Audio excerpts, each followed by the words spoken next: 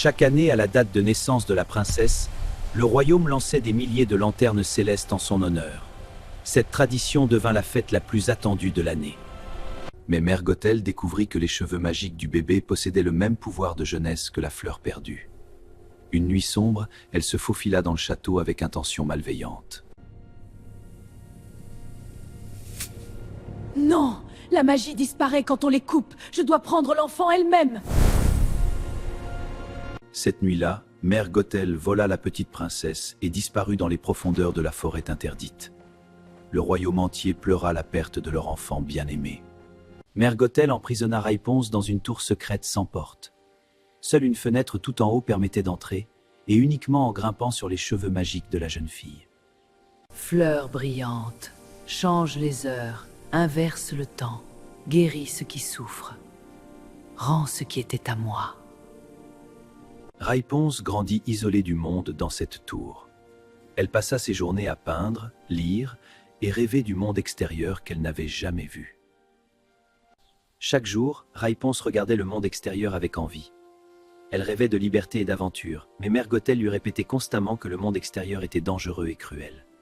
À 18 ans, Raiponce était devenue une artiste talentueuse. Ses peintures couvraient chaque mur de la tour, notamment des lanternes dorées mystérieuses qui apparaissaient chaque année le jour de son anniversaire. Quand verrai-je enfin ces lumières briller pour moi? Quand ma vraie vie commencera-t-elle? Pour passer le temps, Raiponce trouvait des façons créatives d'utiliser ses cheveux magiques extraordinaires. Balancer dans la tour était l'une de ses activités préférées.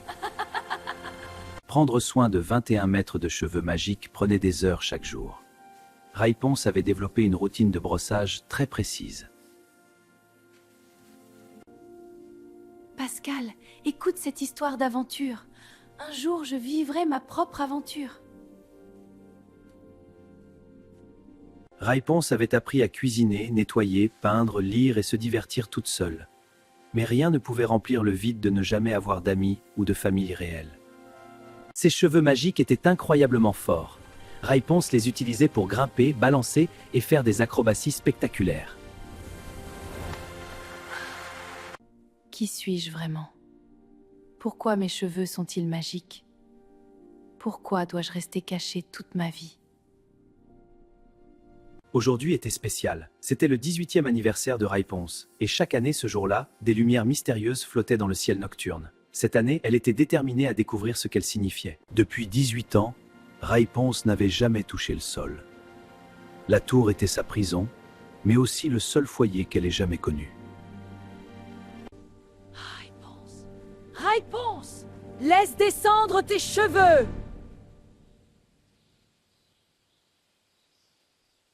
Les cheveux magiques de Raiponce mesuraient exactement 21 mètres de long, assez pour atteindre le sol depuis sa haute fenêtre. C'était le seul moyen d'entrer dans la tour sans porte.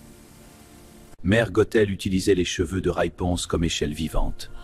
Grimper 20 mètres ne la dérangeait pas tant qu'elle pouvait accéder au pouvoir de jeunesse des cheveux magiques. Bonjour ma chérie, Mère a apporté tes fruits préférés. Oh, merci, Mère Gothel! J'espère que tu as bien travaillé aujourd'hui. Oui, mère. Mère, aujourd'hui c'est mon anniversaire. Puis-je sortir voir les lanternes flottantes?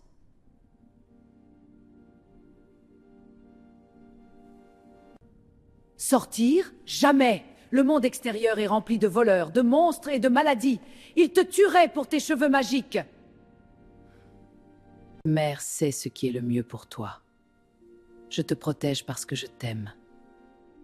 Tu es trop fragile et naïve pour le monde cruel. Encore une fois, Mère Gothel avait brisé les rêves de Raiponce. La jeune fille ne savait pas que la femme qu'elle appelait mère n'était qu'une kidnappeuse égoïste qui l'utilisait pour rester jeune éternellement. Fleur brillante, change les heures, inverse le temps, guéris ce qui souffre, rends ce qui était à moi, ce qui était à moi. Mère Gothel partait toujours pour plusieurs jours, laissant Raiponce complètement seule dans la tour. Ces moments de solitude étaient à la fois un soulagement et une torture pour la jeune fille emprisonnée. Messieurs, voilà comment on vole une couronne royale. Trop facile!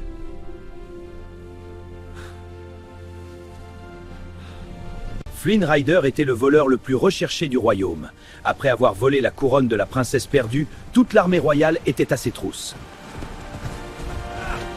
Le capitaine du cheval de garde, Maximus, était le meilleur pisteur du royaume. Une fois qu'il avait votre odeur, il ne abandonnait jamais la chasse.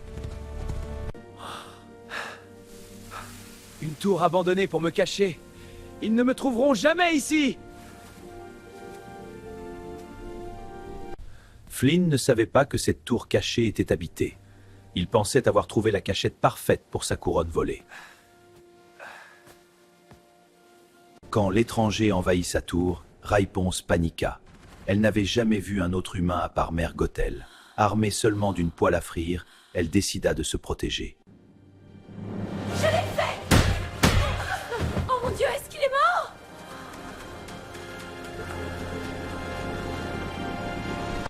Avec prudence, Raiponce attacha l'intrus mystérieux. C'était la première fois qu'elle voyait un homme adulte autre que dans ses livres.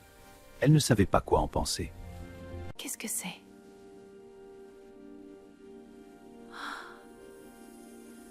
C'est joli, mais ça fait mal à la tête. Quoi?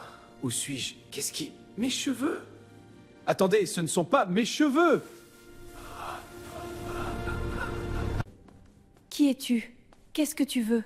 Comment as-tu trouvé ma tour?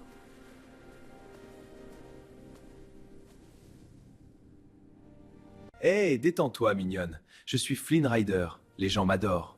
Tu vas m'adorer aussi. C'est vraiment toi? Ton nez n'est pas aussi gros sur l'affiche.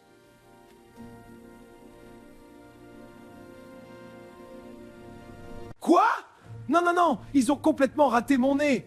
Mon nez est parfait! C'est une insulte à mon visage magnifique. Écoute, Flynn Rider. Je veux que tu m'emmènes voir les lanternes flottantes pour mon anniversaire. Si tu fais ça, je te rendrai ta couronne. Marché conclu? Ha! Tu veux sortir de ta tour? Toi, une fille avec une poêle? Jamais vu quelqu'un de moins prêt pour le monde extérieur.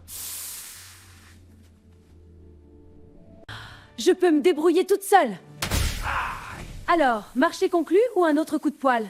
D'accord, d'accord, marché conclu. D'accord, marché conclu. Mais dès que tu vois les lanternes, je récupère ma couronne et je disparais.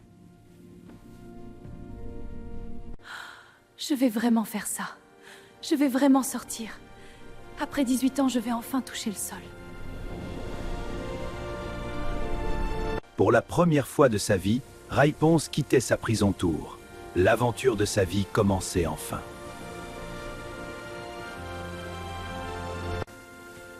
C'est réel. L'herbe, la terre. Je touche le sol. Je suis vraiment dehors. Je suis libre. Je suis vraiment libre. Regarde, Flynn, je cours sur de l'herbe réelle.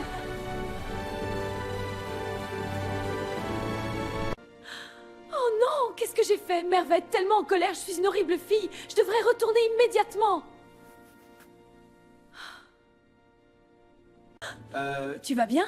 Tu ris et pleures en même temps. Non, c'est normal?